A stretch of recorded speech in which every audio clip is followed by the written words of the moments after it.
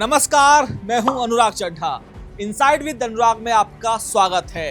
तारीख पर तारीख, तारीख पर तारीख। दोस्तों, उत्तर प्रदेश पंचायत चुनाव की यही जमीनी हकीकत बन चुकी है, क्योंकि एक बार फिर यूपी पंचायत चुनाव की तारीखें आगे बढ़ चुकी हैं। चुनाव की तारीखें तो छोड़िए, यहाँ तो अभी तक वोटर लिस्ट ही तैयार नहीं हो पाई है।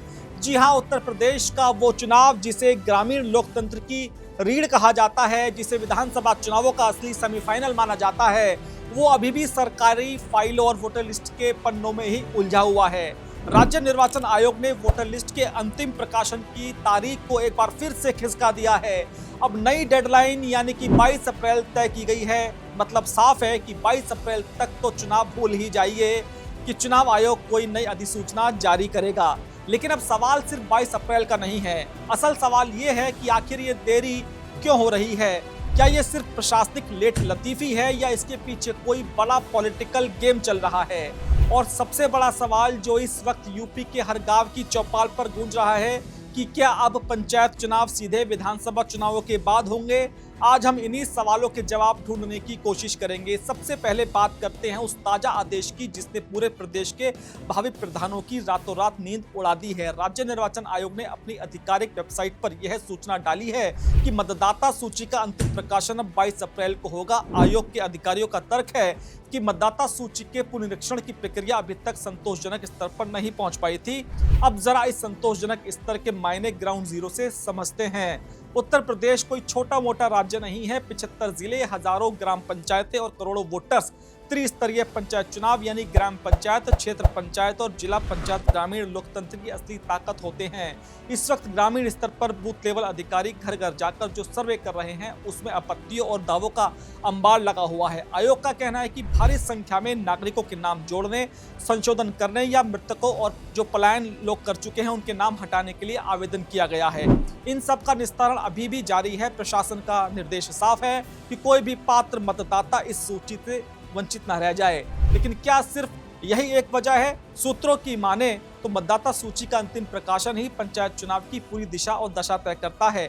जब एकदम त्रुटिहीन और अपडेटेड अंतिम सूची जारी नहीं होती तब तक चुनाव की अधिसूचना, आरक्षण का रोस्टर, नामांकन प्रक्रिया और मतदान की तिथियों की घोषणा किसी भी कीमत पर संभव नहीं है। 22 अप्रैल तक तो तस्वीर बिल्कुल धुंधली है और इसके आगे भी चुनावी कैलेंडर में भारी बदलाव होना तय माना जा रहा है। लेकिन कहानी सिर्फ वोटर लिस्ट तक सीमित नहीं है। चुनाव टालने का सबसे बड़ा और तथाकथित वैध कारण आरक्षण का फंसा हुआ पेच भी है।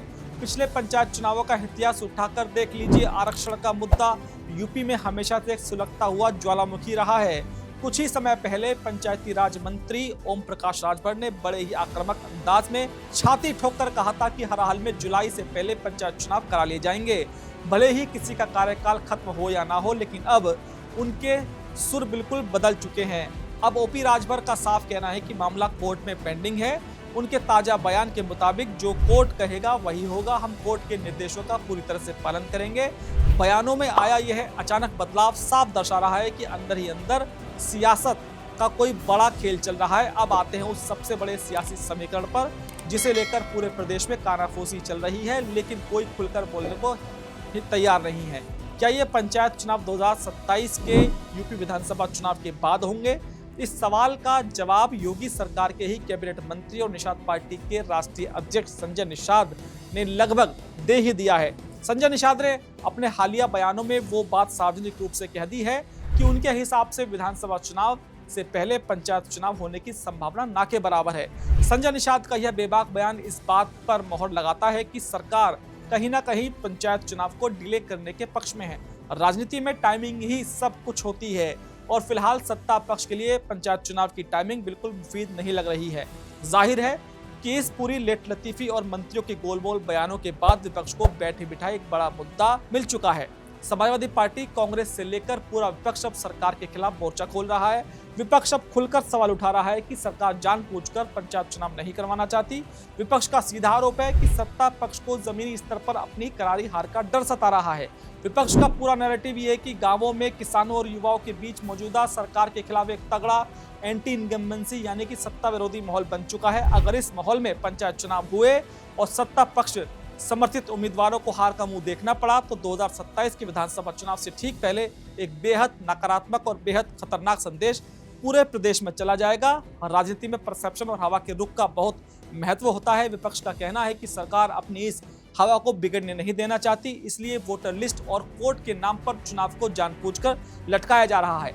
लेकिन दोस्तों, पंचायत चुनाव में इस देरी को उस आम कार्यकर्ता और संभावित उम्मीदवार के नजरिए से देखें तो सबसे ज्यादा नुकसान उसी का हो रहा है जो पिछले 6-8 महीनों से अपनी ग्राम पंचायतों में होर्डिंग और बैनर लगाकर बैठा हुआ है।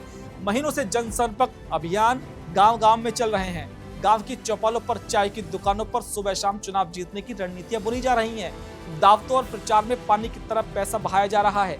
हर बार जब चुनाव की तारीख आगे बढ़ती है तो इन उम्मीदवारों का न सिर्फ बजट बिगड़ता है बल्कि उनका मानसिक तनाव भी चरम पर पहुंच जाता है। इस अनिश्चितता ने ग्राउंड पर एक अजीब सी फ्रस्ट्रेशन पैदा कर दी है। ग्रामीण इलाकों में प्रशासन और सरकार के खिलाफ एक अंडरकरंट, एक खामोश गुस्सा तेजी से पनप रहा है। प्रशासनिक स्तर पर भले ही ये दावा किया जा रहा हो कि जिला प्रशासन और ब्लॉक स्तर के अधिकारी मुस्तैद हैं और तैयारियां जोरों पर हैं, लेकिन आम जनता के बीच सीधा ये संदेश जा रहा है कि सिस्टम कहीं ना कहीं फेल हो रहा है। चुनाव टलने की संभावनाओं के 3 और बड़े कारण हैं जो हवा दे रहे हैं। पहला, पार्टी काडर का डैमेज कंट्रोल।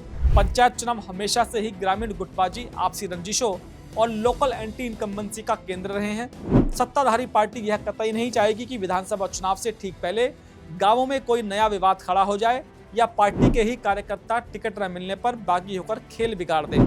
ऐसे में सबसे सुरक्षित रास्ता यही है कि पंचायतों का कार्यकाल खत्म होने पर वहां सरकारी अधिकारियों को नियुक्त कर दिया जाए और सारा फोकस 2027 के विधानसभा चुनावों पर शिफ्ट कर दिया जाए। चुनाव टालकर सरकार अपने काडर को एकजुट रखना चाहती है। दूसरा, प्रशासनिक मशीनरी का फोकस।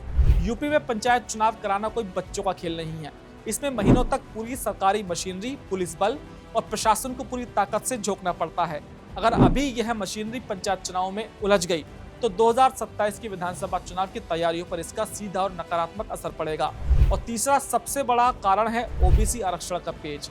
और अगर इस पूरे सिनेरियो का सटीक विश्लेषण किया जाए तो हालातों को देखकर तो यही लगता है कि पंचायत चुनाव टलने तय हैं।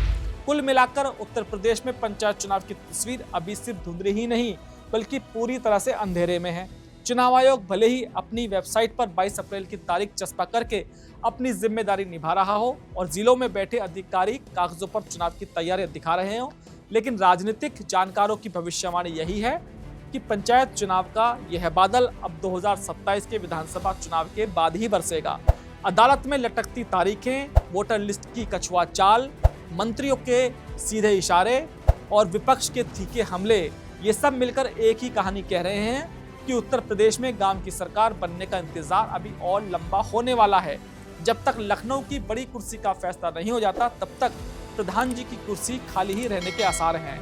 दोस्तों, मेरा ये विश्लेषण आपको कैसा लगा कमेंट बॉक्स में जरूर लिखकर बताइए। साथ ही साथ मेरे चैनल को सब्सक्राइब करना बिल्कुल मत भूलिएगा। तो आपसे मुलाकात होगी किसी दूसरी खबर के साथ। नमस्कार।